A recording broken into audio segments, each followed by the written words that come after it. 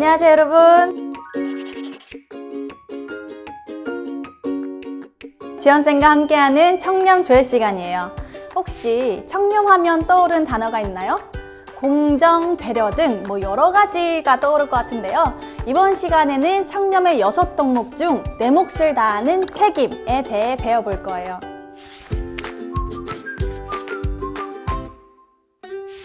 새학기가 시작되면 모두 반에서 자신이 할 일을 정하죠.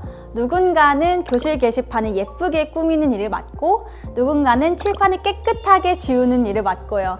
그리고 유진이라는 친구는 창가에 놓인 화분에 물을 주는 일을 맡게 되었어요. 유진이는 처음에는 3일에 한 번씩 열심히 물을 줬어요.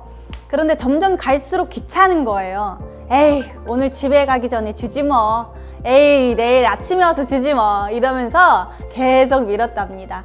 그런데 어느 날 화분이 말라 죽어버린 거예요. 이 화분은 왜 말라 죽어야 했을까요? 바로 유진이가 자신이 맡은 역할을 제대로 하지 못했기 때문이죠.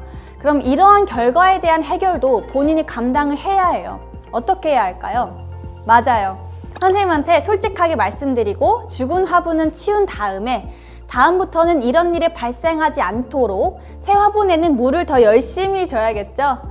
친구들이 각자 맡은 역할을 충실하게 해야 우리가 깨끗하고 편안한 환경에서 수업을 받을 수 있으니까요. 책임은 뭐냐면요. 자신에게 주어진 일을 다른 사람에게 미루지 않고 자기 스스로 끝까지 해내는 것을 의미해요. 그리고 더 나아가서 자신이 하는 일의 결과를 자신이 감당해내는 것까지 포함하죠. 여기서 하나 더 알아볼까요? 만약 유진이가 화분에 물 주는 일을 하기 싫다고 선생님께 찾아가서 선물을 드리면서 선생님, 저 이거 하기 싫어요. 저 빼주시면 안 돼요? 라고 한다면 어떻게 될까요?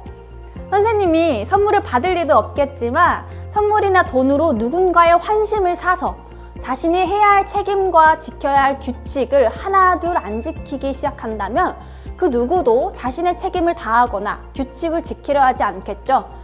결국 교실은 엉망이 되고 말 거예요.